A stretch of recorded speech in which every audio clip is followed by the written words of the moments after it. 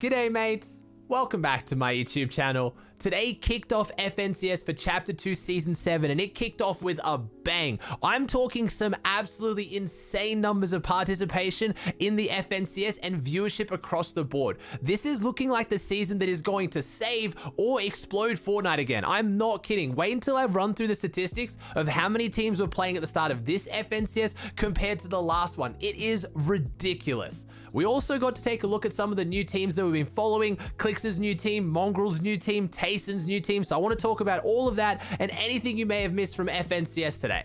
Remember guys, with FNCS back, I'm going to be doing my viewing parties as always, twitch.tv/Aussie Antics. I'm going to be watching almost every round of EU and NA East, running bingo boards for gifted subs, running predictions. It's a good time. I promise you'll enjoy it. Swing by and say g'day. I'd really appreciate it.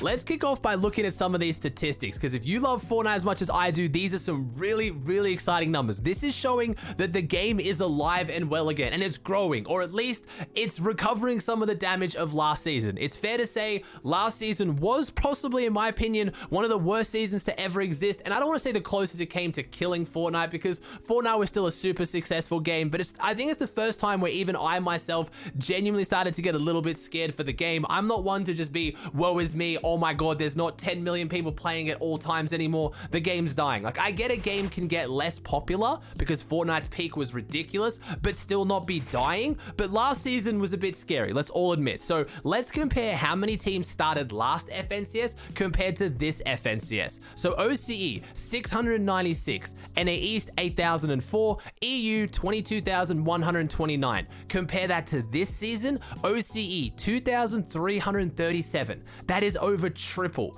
NA East 16,688. That is over double. EU 26,936. That is the smallest jump, but it's still almost 5,000 teams more.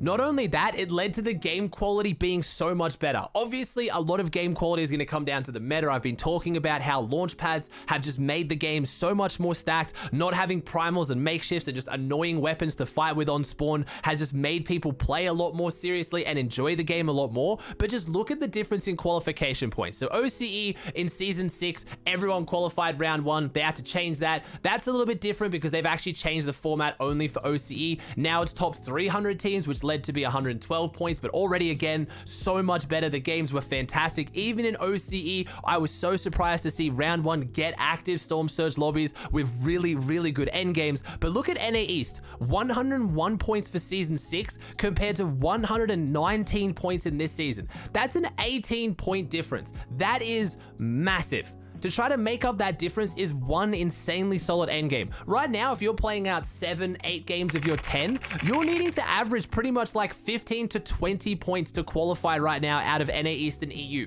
That is really tough. EU was 123 points last season. This season was 132. And I know if you guys played in it, you were feeling it. You're probably like, bro, this is round 1. Why am I in 50-man endgames with active Storm Surge? Like, the games today were so much fun to watch. They were so fantastic. And a lot of teams, especially some of the new pro teams, were struggling. There was a lot of teams that I would have thought would have just got through round 1 as a breeze that were getting really close to not qualifying today.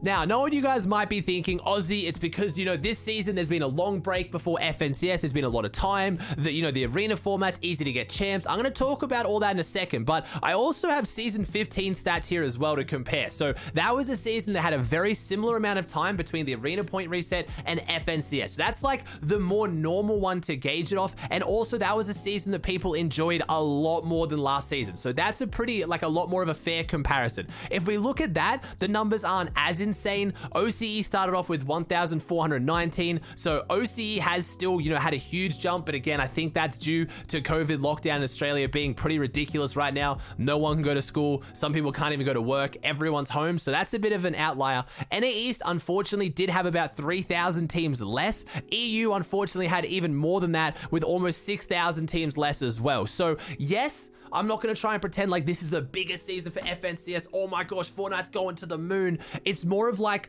a recuperating the losses of last season. I think last season took a really big hit on Fortnite in general, but especially the Fortnite competitive scene, because some casuals seem to like the idea of the primals and the primal shotguns and the makeshifts, and they found the animals fun. I know a lot of casuals also didn't, but it was pretty agreed upon that the competitive scene really didn't like it. So it's super exciting to see us getting back though. We're getting back to where we were before, and that is incredibly healthy for the game. Another good season or two in a row, and that could see us back at ridiculous heights again with competitive Fortnite. It shows that this game is very much still alive. People really care about it, and one season can make all the difference. Those stats between those two can just show you what a bad season looks like compared to a good season. Let's talk about some of the reasons for why this might be. Outside of just last season being incredibly boring compared to this season, some of the factors that I think could take a reason, but again, obviously guys, a lot of this is just kind of, you know, taking guesses in the dark. I'm just happy the game's doing better, but I kind of had a bit of a think about it. I think summer, the fact that for the Northern Hemisphere right now, EU and NA East, which is two of the main regions I looked at,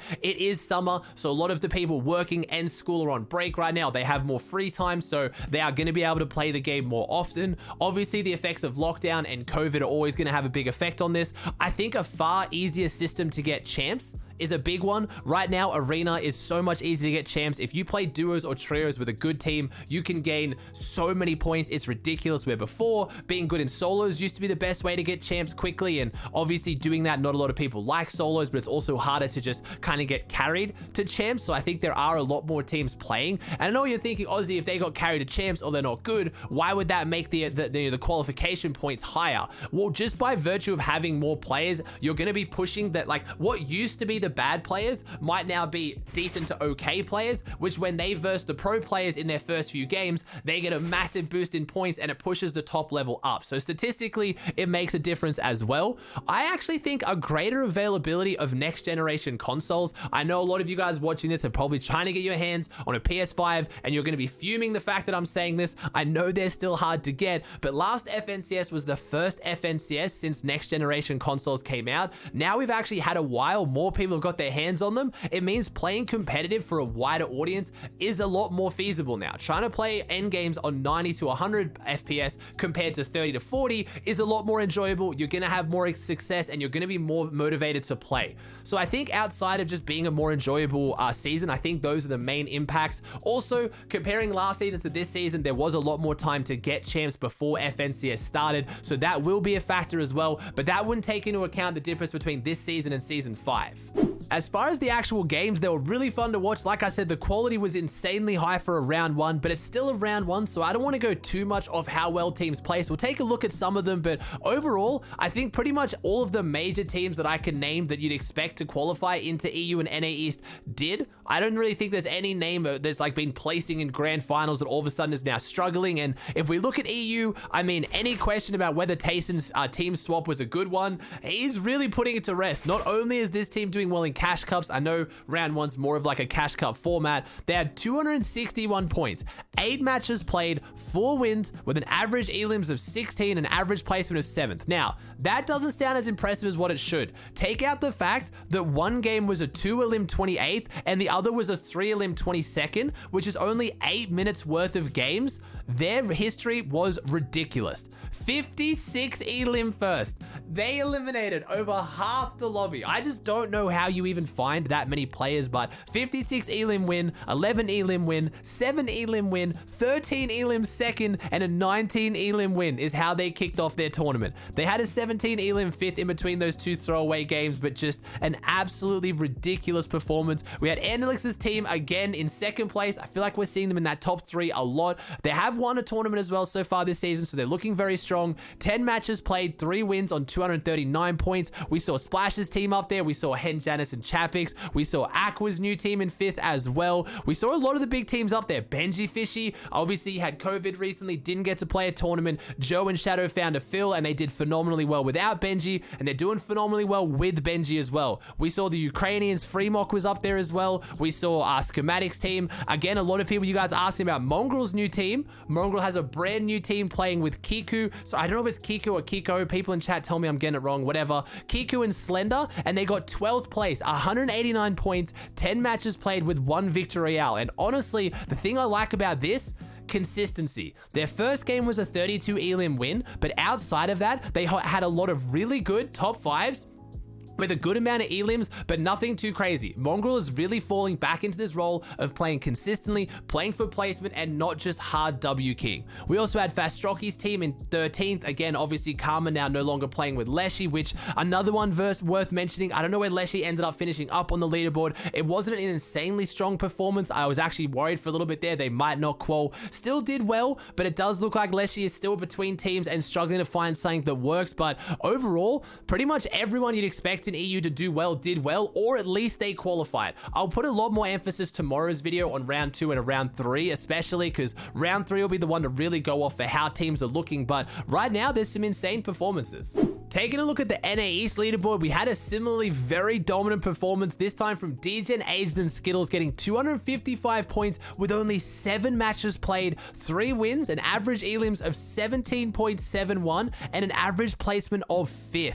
Again, they also had a throwaway game, which was a 4-minute game of a 0 elim 26th. You take that out, and obviously you can't just take it out, but again, when you look at a tournament, they only wasted 4 minutes. They had a 50 elim win, 7 elim second, 20 elim third, 20 elim first, 10 elim second, and 17 elim win. These guys weren't affected by skill-based matchmaking. Towards the end of the tournament, they were still absolutely popping off and dominating even the best of the best. They had an almost 50-point lead on second, which was Animal, Evasion, and Uzi. Bro, Animal has been dominant since literally the beginning of competitive Fortnite. Since day one, Animal has been relevant in the comp scene, and I can't say how much I think that just goes underappreciated. To stay that good for, what is that, 3 years now, is ridiculous. In a game that's been evolving and adapting and changing so much, hats off to Animal for being just one of the absolute OGs, and I would have to say possibly one of the best OGs still playing today as far as performance. I hope they do well in the set lobbies as well. Obviously, shout out to Uzi. Uzi's been around for a super long time as well.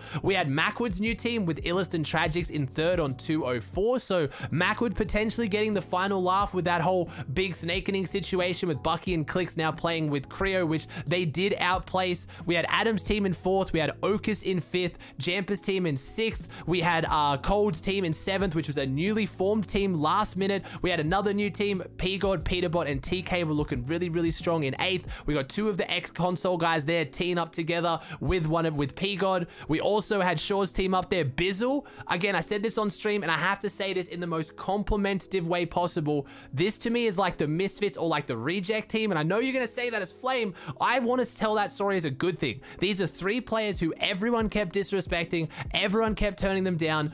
No one really wanted to give them a chance, or every time they got a chance with a good team, they'd all just get flamed as getting carried. They're now making it work with each other. No one can try to be like, oh, Bizzle, you're getting carried now, because people have been disrespecting Eclipse and Coop as well for the last few seasons. So I'm really excited to see them up there in top 10. And I'd imagine that team would struggle more in like opens keying tournaments than they would in set lobbies. So I'm excited to see how they go. They got 3 wins out of 9 games. We also had Kangana's builds up there. We had Saucy, and overall, again, NA East, we didn't really have any huge upsets with teams not qualifying like they should. The big notable team, I know you're going to ask about, Clix's team with Creo and Bucky now. I think they finished around 144 points. They went through their games pretty quickly. They seem to be having some clashes. Again, Clix was streaming it. I know Creo seems to not perform as well, or not seem to like it as much when Clix or Bucky streams a tournament. I didn't get a chance to hear whether they said they were going to stream tomorrow. I hope they do so we can watch it. It wasn't a bad performance, but it wasn't an insane dominant performance either, like Macwood did with his new team. Alright guys, that does it for another video. I hope you enjoyed it. If you did, please chuck a like on it. Let me know in the comment section down below your thoughts on anything I talked about today. If you haven't already, please subscribe to the channel. It would mean the world to me. Thank you so much for watching. I hope you enjoyed, and I'll see you in the next one.